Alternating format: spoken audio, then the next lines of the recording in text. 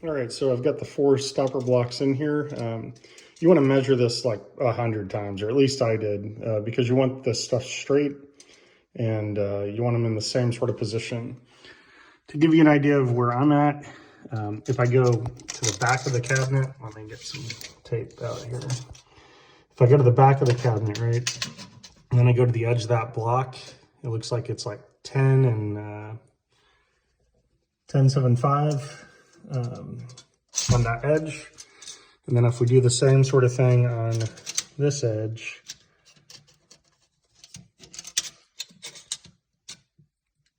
we're also at like 10.75. So that's one way to make sure that they're one even. And then for me, here, I'll kind of showcase where we're at here again. I'm touching the bottom of the cabinet. And then over here, same sort of thing. It's probably upside down, but whatever.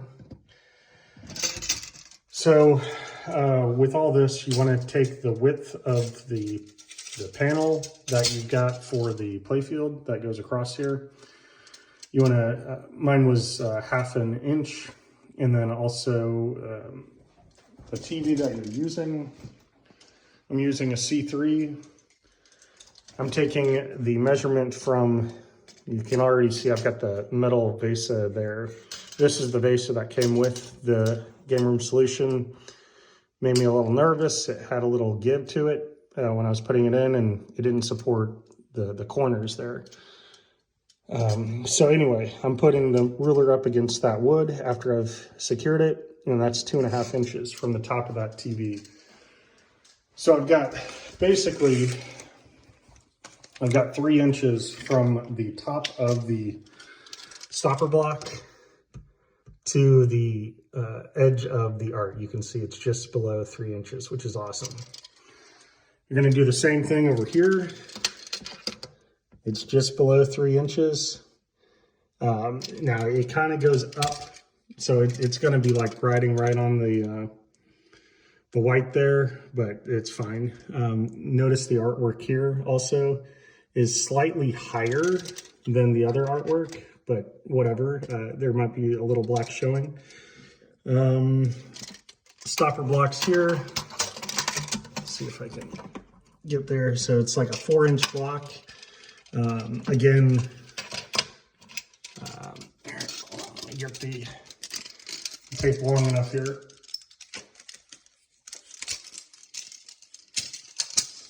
We're measuring the back of the panel back there. It's a little over 11 inches. Same sort of thing over here. A little over 11 inches. So that is pretty much it. I didn't, you can see the screws, I didn't go all the way in, but it's mostly in. And that's pretty much it. Just didn't want to go through the panel itself. That's it. So now I've got to add the dowel rod, which is going across here. And this thing's looking pretty good. You could take a level after you get the 4 stopper blocks in, put the wood down, and I'm using birch wood for what it's worth, and put a level on there just to see if it's level. You kind of want to do this in phases, like I did the first 2 there, and then made sure that was as close as level as possible. And then here, what I did is I put the board on top with these 2 stopper blocks. I kept these metal things in. I'll probably keep them in. The wood rests right up against it because it's virtually straight anyway. And I just let it sit there. I went underneath the cabinet, through there, stuck these blocks up, rested right up against the cabinet itself. And I just kind of pressed it up enough where it was, securing the panel of wood, and I just went right in. So that's pretty much it. I'm gonna cut the dowel rod so it fits here perfectly. I've got the measurements everywhere else. almost done here. All right, so I've cut the dowel rod. It looks like it's just over 22.75. There's the marking. So what I did is I cut it first at 23 inches, and then I cut it again and just took I don't know, maybe a 1/4 inch, maybe a little less than a 1/4 inch. It wasn't much more than the blade length itself using the jigsaw, but there it is. So now all we got to do is place the panel on top so it all rests on top, and then we'll want to go underneath and secure the clamps to that, and this is done. Only other caveat here is the distance here. I suppose let me get the measurement. What it is the length. Well, what I did is I took just the ruler here and I dropped it down on the panel after I placed the panel down. I marked where that landed, and it's because there's a little give in the plex you can see there.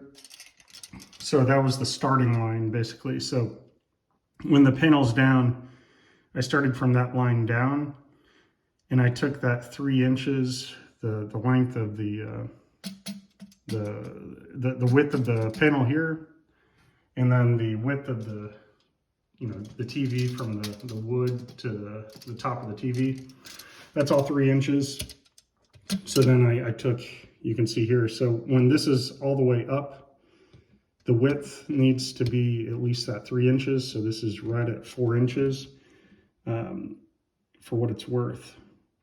And then the other end is 5, it looks like, exactly. So I don't know if you're following along and you're trying to do the same thing. Hopefully those measurements helped. It's been an adventure. I feel like MacGyver or something at this point, but it's working out. All right, so the dowel rod's in there, and I wanted a little, I don't want to say give, but enough where this thing can pivot.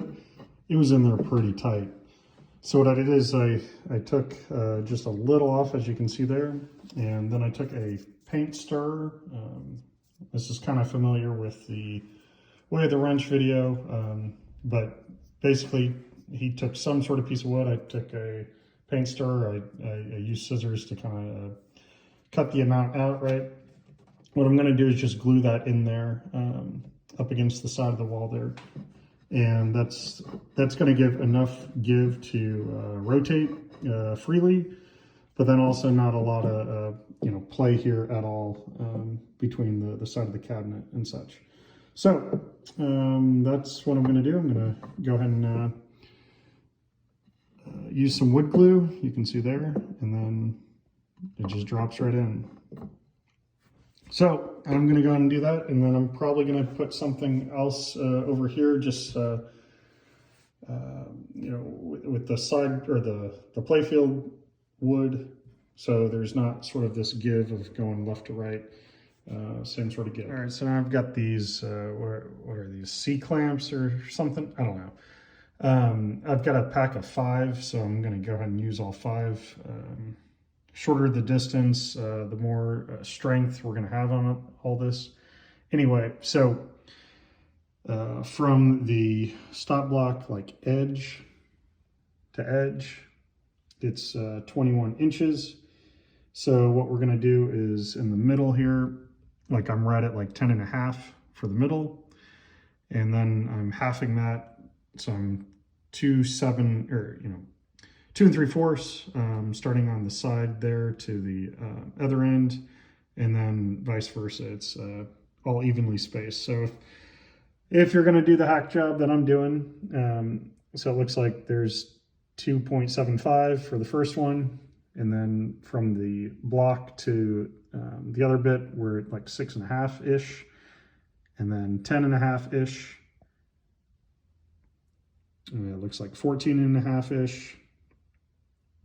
Just maybe 18.25.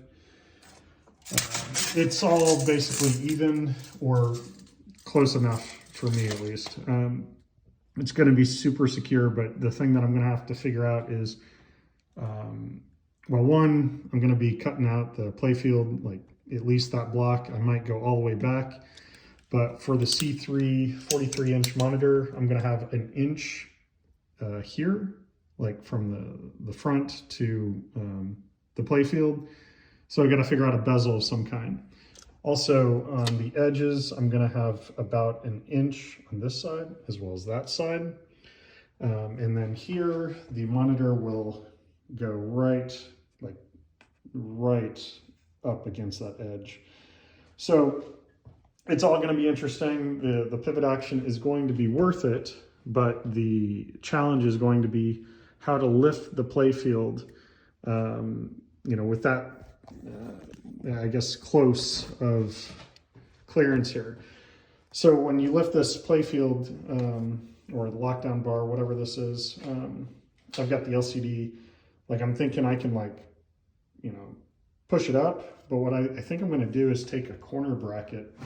I don't know where I put it, but I'm going to take a corner bracket, and then I'm going to get some sort of, I don't want to say thread, but something strong enough where I can pull up. Here, I've got it somewhere here. Here it is. So here's the playfield all taped up. Basically, looking down here, that's going to be like where the stop blocks are. I'm not sure if I'm going to cut like right there and then do the little rectangle, or if I'm just going to go straight across. The reason why I'm thinking about keeping that piece is because that allows like support for a bezel if I need it. All I need is like posts that will rest, you know, for the bezel to sit on. So that tape there represents the space from the top part of the playfield. That might be good because of maybe a reflection off the HD matrix. But you can see also here, we've got the amount of space for a bezel there, as well as there. And then lastly, I'm reaching out to the Cleveland Solution people for their plunger. I don't know how much space I'm going to need, but I'm thinking I'm going to have to cut that out just to be extra safe, but I want to get that exact measurement beforehand. And then there is the space that I'll have between the lockdown bar and the monitor. You can see there's not a lot of it. So what I'm thinking, so that I can lift this thing at will. Now this, just imagine if this was on the other side, right? But like I'd be mounting this corner bracket up against the wood there. So it's gonna look something like this on the other side, right? And then, or maybe the other way around here. Yep. What I'm thinking about doing is feeding some sort of like nylon or something, right? Some supportive strapping, right? Where I could fit it through here or lock it into these holes. And then I've got a way to have a dangled thing that I can grab, right? To latch and lift, right? Just enough so I can like grab this as well. I don't want to take out too much more of this wood, but this could be a solution here. I do like the extra amount of spacing here for a bezel because of potential reflection. That is probably the way I'm going to go here, but I've got to figure out what I'm going to strap this thing with now, or if this is even potentially a solution.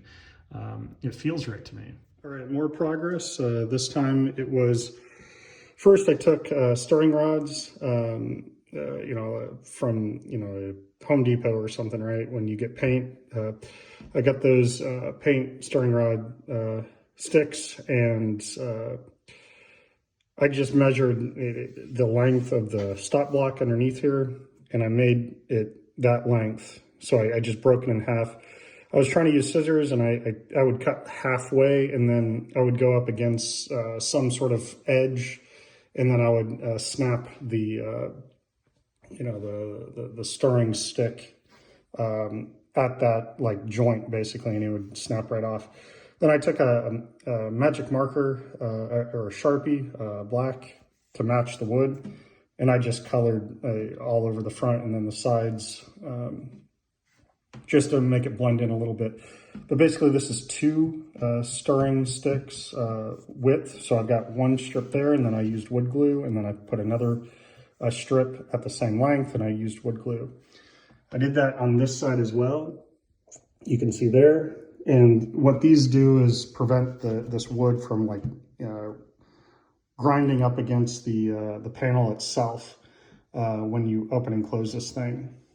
I also put one in the middle there, just this time up, same length as the others. Again, this is just to continue to guide it, right? There's the other one. And then I put one just above where I just made the cutouts there. Again, just to guide this, that once, you know, you're opening and closing this, you know, you're not scraping up this wood there, which it definitely was without that stuff being there. In terms of the cuts, well, actually also in here. So in the, where the dowel rod is, there is about 1/4 of an inch. Again, I was following the way of the wrench. I mean, it's an awesome video. I've watched it 100 times by now. So I took another paint stirring stick bit, and this time I used scissors to kind of cut the edges to make it round, and then I just you know, cut wherever the depth of this stop block was, right? So that's all the way down. I glued it.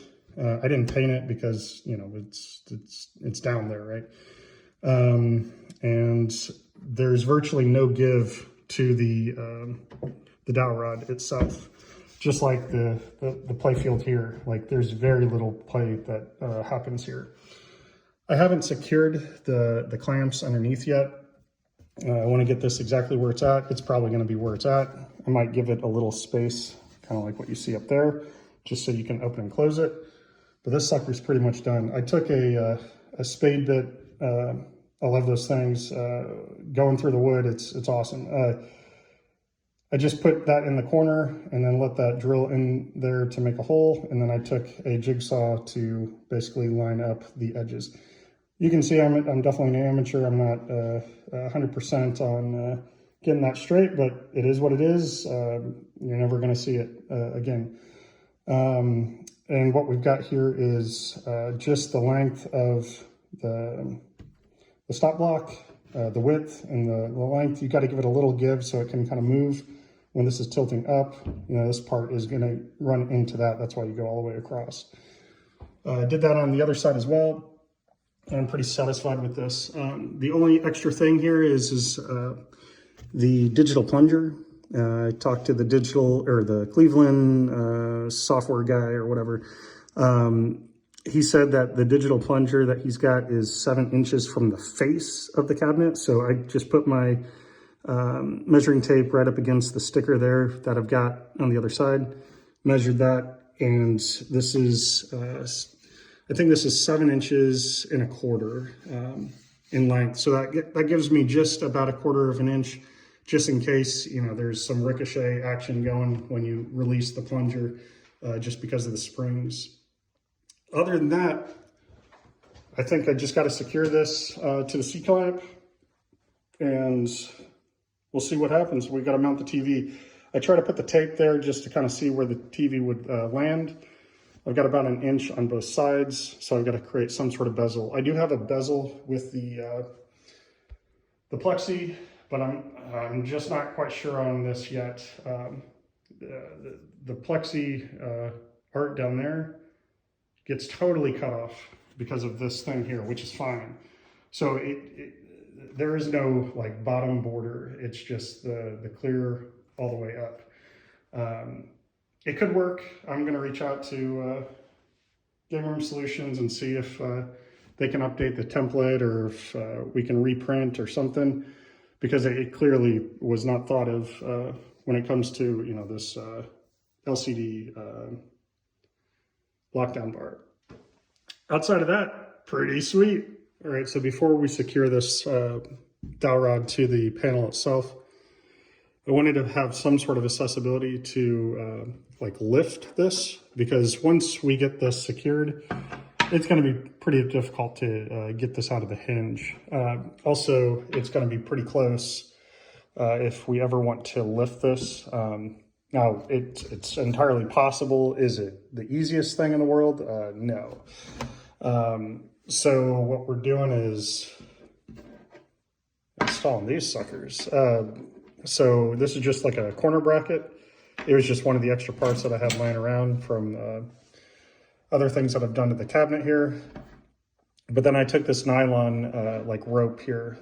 I burnt the edges so they kind of don't fall apart after you cut it. And since it is like a nylon material, it almost glues together once melted. So the whole purpose, right, is I'm going to put this under the cabinet, the edge against the edge of the wood, right, underneath it. And then I'll put like some sort of like holder here to hold the top part there, so I can always just grab it whenever I need to, right? But the gist here is like whenever I need it, I'm gonna like grab the rope there and then lift, and it's gonna lift the top part there. Same sort of story on the back here. To get this out, this is just to get a little extra grip here. Just lift it up. In theory, I could just use both of these at the same time on both ends and lift it up. Obviously, I'm going to be more careful than that, but it allows that extra, I guess, starting point. So the length that I'm going with here, I've got, it looks like 10 on each side. So we'll say 24 inches, with like how I've looped that in, right? And then at the top, I just did I don't even know what kind of knot that is, but it's gonna work. I just looped it and swooped it. That is pretty much it. So I've got two of those, about 24 inches. And then once it's all together, it's about 10 inches in length, which is perfect size here. So I'm gonna go ahead and get those installed. I'm just gonna center them on both sides of the paneling, and then I'm going to secure the dowel rod to the panel and we'll be set. All right, there you have it. So this is I believe it's a 1/2 inch on both sides, just so it's a straight line, 1/2 inch from the edge. And then I measured exactly half, which in this case, it was 11 1/4. But you can see, I mean, I'm gonna flip this around, right? But that's the intent, right? So we've got a little extra support when we're trying to lift this thing out of here. So that's pretty much it. I might, while I'm here, I might add something here to, so there's the, I guess, simulation of it, right? And also here, I'll probably put like some sort of hook right there so I can just like hook it there and then forget about it until I need it. But that's pretty much probably the most stressful part of this whole build has been, how am I going to do this? So this is awesome that this fits great. I had to do a lot of sanding for what it's worth, just so that this top part wasn't rubbing at all. I also have these, this nylon rope. You can kind of see I kind of took scissors and yes, that's right, scissors. I just had them closed and I was just kind of picking at it to make a small channel there. I just needed enough to just, fit in there basically. But everything is looking pretty good. You can see here, what I did is I took electrical tape and I just secured the two there. And then I also secured a couple places there. Just for extra, I guess, padding or gripping, right? But anyway, here, I'm gonna be quiet here and you can hear there's no noise. That's amazing. So I just took a pencil and just pressed a dot on each one of those. And then I just turned this upside down and I drilled everything. But you can see there, that's all there is to it there. So now if I wanted to lift this out entirely, right, I'm basically just pulling on both of these and lifting kind of at an angle with this side up. So it's kind of like a yay angle, I guess. And then the next step here is just kind of make sure that all the sawdust is off this stuff. And then this is about the width of the bezel that I'm going to have to figure out a solution on, just going across there and mounting this sucker on here. I think the easy part with this is, since I do have two metal vases, I've got one that's up here holding, the space here up so it's even, because on these C3s, part of the cabinet has a little lip on it. So that middle Vesa is making it flat as a whole.